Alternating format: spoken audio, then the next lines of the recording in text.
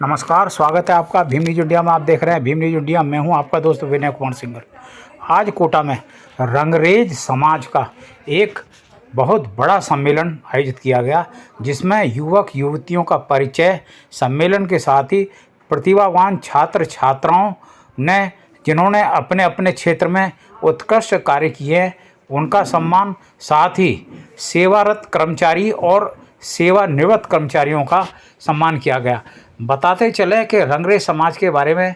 रंगरेज समाज OBC category में आता है और ओबीसी यानी पिछड़े वर्ग का होने के कारण सरकार द्वारा इनको सार्वजनिक रोजगार विश्वविद्यालय में प्रवेश के ये लोग पात्र होते हैं। अधिकतर उत्तर भारत में रंगरेज समाज रहता है। इनकी विशेषता ये है कि ये अपनी ही जाति में विवाह करते हैं और अन्य गोत्र या कुल में विवाह नहीं करते। सुन्नी मुस्लिम होते हैं ये। साथ ही इनको अन्य नामों से भी जाना जाता है। कहीं इनको छीपा, लीलगर, नीलगर, रमजानी, रंगरा, सब्बाग कई नामों से जाना जाता है।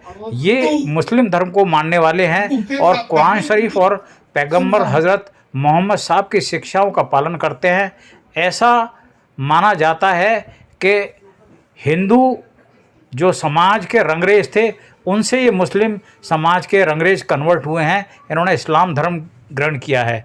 कोटा में बड़ी संख्या में रंगरेज समाज की उपस्थिति है और यही कारण है कि इसमें डॉक्टर, इंजीनियर, वकील और अच्छे अच्छे जनप्रतिनिधि आज भी कोटा में विद्यमान हैं। इस कार्यक्रम में आज काफ़ी राजनीतिक प्रतिनिधियों ने भाग लिया, जिसमें पूर्व विधायक कयूम खान साहब भी पधारे। देखिए भीम न्यूज इंडिया की एक रिपोर्ट। कयूम खान साहब से जब भीम न्यूज इंडिया ने इस हेतु वार्ता की, उनसे पूछा कि आगामी भविष्य में रंगरेज समाज के उद्धार के लिए क्या क्या कार्यक्रम किए जाएंगे, उन्होंने बेबाक तरीके से अपनी बात रखी। दिलदार अली, एडवोकेट दिलदार अली, जो कि रंगरेज समाज से हैं और इस कार्यक्रम के आयोजक हैं, उन्होंने भी अपनी बात रखी और बताया कि हमारा समाज एकजुट है और हम समाज की भलाई, शिक्षा के उत्थान के लिए भरसक प्रयास कर रहे हैं। देखिए भीम न्यूज इंडिया की एक रिपोर्ट। क्या कहना है आगंतुक मेहमानों का।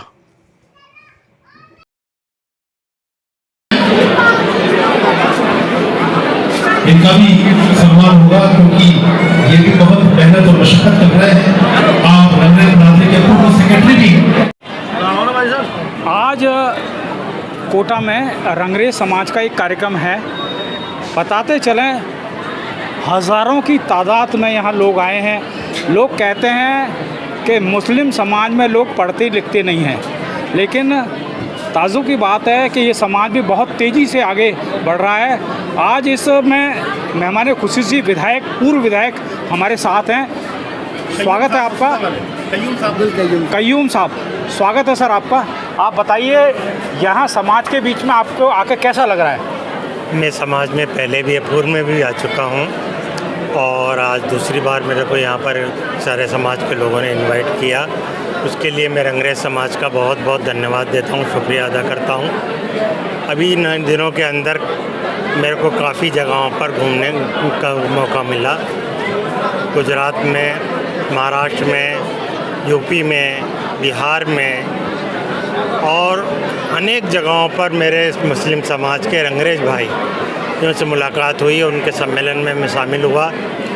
मैंने ये देखा है कि हमारे यहाँ पर रंगरेज समाज के लिए जो बात कही आपने, शिक्षित के लिए बिल्कुल सही कहा, फरमाया आपने।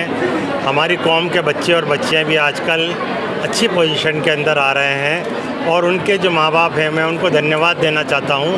पहले हमारे लोगों के लिए कहा जाता था कि सिर्फ बाज़ारों के अंदर बैठ कर के हम लोग रंगाई करते हैं और अपने माता पे अपने बच्चों का पालन पोषण करते हैं। मगर आज का समय जिस तरह से जहाँ जहाँ भी हम जा रहे हैं, जहाँ जहाँ भी हमारे रंगरेज समाज के लोग रह रहे हैं, वहाँ पर कौम को जागृति आई है।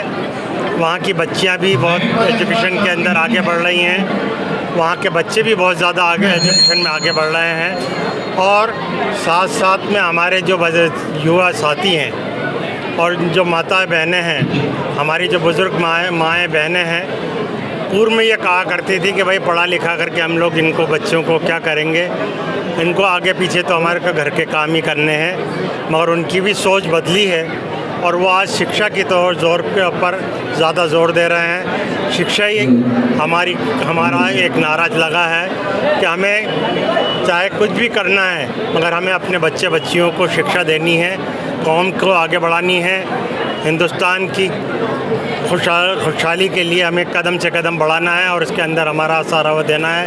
कौम के सभी रंगरेज समाज से मैं अपील करता हूँ, जहाँ पर और बुज़ुर्ग हैं, ग्रामीण इलाकों के अंदर भी हमारी बच्चे और बच्चियाँ पढ़ाई के अंदर काफ़ी आगे आ रही हैं। उसके लिए मैं सब माता बहनों का और भाइयों का और बच्चों का शुक्रिया अदा करता हूँ और रंगरेज समाज इसी तरह से तरक्की करे, इसके लिए मैं सभी रंगरेज समाज से एमएलए साहब एक क्वेश्चन है, गवर्नमेंट ने रंगरेज समाज को पिछड़े वर्ग में रखा है और पिछड़े वर्ग में रखने के साथ ही नौकरियों में तथा यूनिवर्सिटी में एडमिशन में प्राथमिकता दी जा रही है। तो जिस तरीके से बच्चे पढ़ रहे हैं गांव देहात के, कोटा में रंगरेज समाज का कोई पर्टिकुलर हॉस्टल नहीं है बालक बालिकाओं के लिए।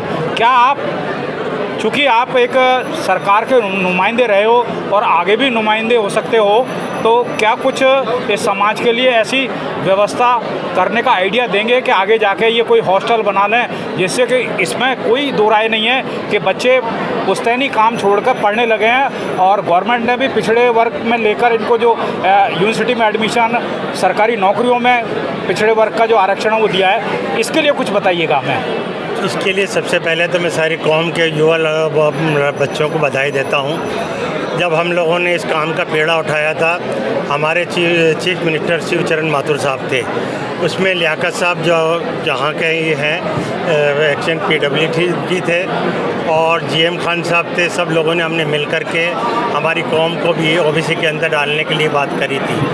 तो हमारी कौम के लोग उदयपुर, जयपुर, चित्तौड़ और सब लोग मिल कर के हम CM साहब के ऊपर हमने प्रेशर डाला था। उसके बाद में हमको OBC के अंदर लिया गया था। इसी तरह से आज जोधपुर में, उदयपुर में, भीलवाड़े में और कोटा में और जयपुर में हमारी ये इच्छा है और हम लोगों से बातें कर रहे हैं, हमारे समाज के लोगों से बातें कर रहे हैं। आपने बड़ा अच्छा सवाल किया है कि हमारे यहाँ पर हॉस्टल होना चाहिए और हम इन 5-6 जगहों पर पूरी कोशिश करके कुछ हम अपना फंड इकट्ठा करेंगे, कुछ हम सरकार का सहयोग लेकर के इन 5-6 जगहों पर हॉस्टल बनाने की पूरी कोशिश करेंगे। और मुझे उम्मीद है कि आने वाले जब समय के अंदर हमारी कांग्रेस सरकार आएगी, हम इसके अंदर उनका भी पूरा सहयोग लेंगे। एक और क्वेश्चन है, ये वक्फ बोर्ड का मसला चल रहा है, इसको किस नज़रिए से देखते हैं आप? देखिए, वक्फ बोर्ड का मामला है, वक्फ बोर्ड का जो मसला है वो हमारा खुद का लिए हमारे लिए है। हमारे ही जो भाई बहनों ने जो वक्फ की ज़मीनों को डोनेट किया है, आज उसको गलत लोग, बीजेपी के लोग उसको गलत रो से देख रहे हैं। ये एक गलत बात है। इसके अंदर हम आखिरी दम तक लड़ेंगे। वक्फ बोर्ड हमारा है, वक्फ की भी जो भी ज़मीनें हैं, जो भी जगह हैं, उसके एक इंच के लिए हम सरकार से भी लड़ेंगे, बीजेपी से भी लड़ेंगे और हमारा हक लेकर के रहेंगे। हम इतना ही आप लोगों को विश्वास दिलाते हैं। हमारे साथ हैं दिलदार अली जी। जैसा कि नाम है दिलदार, एडवोकेट दिलदार अली, और एमएलए साहब से अभी हम गुफ्तगू कर रहे थे। दिलदार अली साहब, अब आप बताइए, आपने इतना बड़ा ज़बरदस्त कार्यक्रम किया है और भीम न्यूज़ इंडिया ने इस कार्यक्रम को कवर किया है। आप बताइए, एमएलए साहब का जो एडवाइस है हॉस्टल बनाने के लिए, आपके जहन में कोई ऐसा ख्याल आ रहा है क्या?